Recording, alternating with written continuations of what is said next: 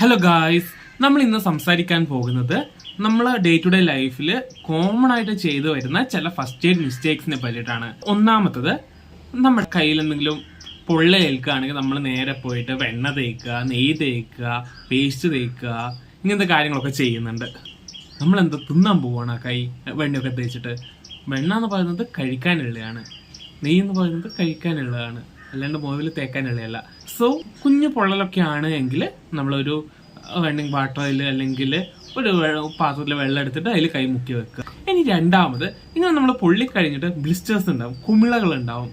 അപ്പോൾ ഈ കുമിള നമുക്ക് ഇങ്ങനെ കണ്ടുകൊണ്ട് നിൽക്കുമ്പോൾ ഇങ്ങനെ കുത്തി പൊട്ടിക്കാൻ തോന്നും, പക്ഷെ പൊട്ടിക്കരുത്. ഓക്കെ, ഈ കുമിള എന്ന് പറയുന്നത് നമുക്ക് ആ ഒരു പൊള്ളിയിട്ടുള്ള ഭാഗം ഹീൽ ചെയ്യാൻ വേണ്ടിയിട്ട് വളരെയധികം ഹെൽപ്പ് ചെയ്യുന്നുണ്ട്. അതുകൂടാതെ ഒരു സ്കിൻ ബാരിയർ ആയിട്ട് ആക്ട് ചെയ്യുന്നുണ്ട്, അതായത് ഇൻഫെക്ഷൻ വരാതിരിക്കാൻ വേണ്ടിയിട്ട് ഹെൽപ്പ് ചെയ്യുന്നുണ്ട്. സോ പൊട്ടിക്കരുത്. ഇനി അടുത്തൊരു കാര്യമാണ്, നമ്മൾ ആൾക്കാർക്ക് അപസ്മാരം വരുമ്പോൾ താക്കോലൊക്കെ കൊടുക്കുന്നത്. നോ നീഡ്, താക്കോലൊന്നും കൊടുക്കേണ്ട ആവശ്യമില്ല. കാരണം ആ ഒരു കുഞ്ഞൊരു ഡ്യൂറേഷനുള്ള ഒരു സാധനമാണ് ഈ അപസ്മാരം എന്നൊക്കെ പറയുന്നത്. ഈ താക്കോൽ എടുക്കാൻ പോയി തിരിച്ചു വന്ന് താക്കോൽ പിടിപ്പിക്കുന്ന സമയം കൊണ്ട് ആ അപസ്മാരം മാറുന്നേ ഉള്ളൂ. ഈ ഒരു താക്കോൽ പിടിച്ചു എന്ന് വെച്ചിട്ട് അപസ്മാരം പോകുന്നുമില്ല.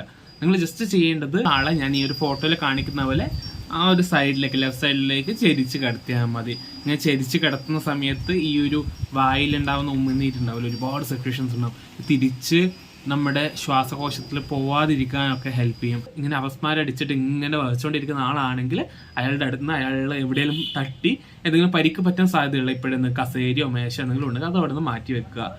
ഓക്കെ, ഇത് ചെയ്യണ്ടോ? ചിലര് നാവ് കടിക്കാതിരിക്കാൻ വേണ്ടിയിട്ട് വായിൻ്റെ ഉള്ളിൽ കുത്തി കയറ്റുന്നതൊക്കെ ഉണ്ട് ചില സാധനങ്ങളൊക്കെ. അതൊന്നും ചെയ്യേണ്ട ആവശ്യമില്ല. സോ അപസ്മാരം കഴിഞ്ഞ ഉടനെ തന്നെ ഹോസ്പിറ്റലിലേക്ക് എത്തിക്കേണ്ടതാണ്. ഇനി മറ്റൊരു കാര്യമാണ്, പാമ്പടി ഏറ്റിട്ടാകുമ്പോൾ ആ ഒരു ഭാഗത്താണെങ്കിൽ പോയിട്ട് ടൈറ്റായിട്ട് കെട്ടൊക്കെ കെട്ടിയിട്ട് കൊണ്ടുവരുന്നത് ചെയ്യരുത്. കാരണം നമുക്ക് ബ്ലഡ് സർക്കുലേഷൻ വളരെയധികം കോംപ്രമൈസ് ആകും. ആ ഒരു കാല് തന്നെ വെട്ടിമാറ്റി കളയേണ്ട അവസ്ഥ വരെ എത്തുന്നുണ്ട്. പിന്നെ പാമ്പ് കടിയുടെ തന്നെയാണ്, പാമ്പിനെ പിടിച്ചുകൊണ്ട് വരുന്ന ആ ചില ആൾക്കാർ നമ്മുടെ കൂട്ടത്തിലൊക്കെ ഉണ്ട്. സോ നമ്മുടെ ഇന്ത്യയിൽ അവൈലബിൾ ആയിട്ടുള്ള ഇതിന്റെ ട്രീറ്റ്മെന്റ്, പാമ്പ് കടിക്കുള്ള ട്രീറ്റ്മെന്റ് എന്ന് പറയുന്ന ഒറ്റൊരു മെഡിസിനാണ്. ആ ഒരു മരുന്ന് ഏതൊരു പാമ്പായാലും കൊടുക്കത്തുള്ളൂ. ഈ കഷ്ടപ്പെട്ട് പോയിട്ട് പാമ്പിനെയൊക്കെ പിടിച്ചു കൊണ്ടുവന്നിട്ട് പിടിക്കാൻ പോയ ആക്കും കൂടി കടി വാങ്ങിക്കരുത്. ഓക്കെ, സോ പാമ്പിനെ കൊണ്ടുവരേണ്ട ആവശ്യമില്ല. പിന്നെ കോമൺ ആയിട്ടുള്ളത്, കുട്ടികൾ എന്തെങ്കിലും എടുത്ത് വായിലിട്ടിട്ടുണ്ടെങ്കിൽ അത് വായിൻ്റെ അകത്ത് കുത്തിക്കേരി കയ്യിലിട്ട് എടുക്കാൻ നോക്കുന്ന കാര്യമൊക്കെ കാണുന്നുണ്ട്.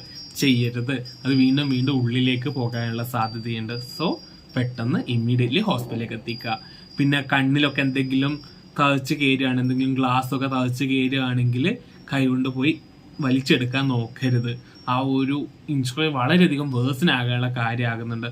സോ അങ്ങനെ ഒരു കണ്ണിൽ എന്തെങ്കിലുമൊക്കെ കുത്തി തഴച്ചിട്ടുള്ള ഒരു കേസൊക്കെ ആണെങ്കിൽ നമ്മൾ അതിൻ്റെ മുകളിൽ ഒരു ഗ്ലാസ് എന്തെങ്കിലും എടുക്കുക, പേപ്പർ ഗ്ലാസ് അതിൻ്റെ മുകളിൽ വെക്കുക, എന്നിട്ട് അത് കെട്ടുക, എന്നിട്ട് പെട്ടെന്ന് ഹോസ്പിറ്റലിലേക്ക് എത്തിക്കുക.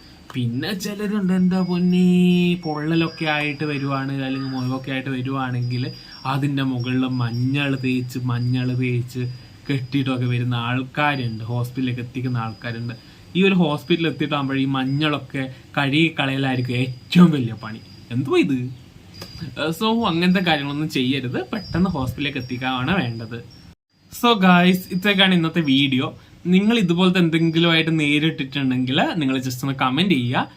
ഇത് കൂടാതെ നിങ്ങളുടെ ലൈഫിൽ നിങ്ങൾ കണ്ടിട്ടുള്ള എന്തെങ്കിലുമൊക്കെ ഫസ്റ്റ് എയ്ഡ് മിസ്റ്റേക്സ് ഉണ്ടെങ്കിൽ ജസ്റ്റ് കമന്റ് ചെയ്യുക. സോ ഇതൊക്കെയാണ് ഇന്നത്തെ വീഡിയോ. മറ്റൊരു വീഡിയോയിൽ മറ്റൊരു വിഷയമായിട്ട് കാണുന്നവരെ സൈനിങ് ഓഫ് രാജ്. ബൈ.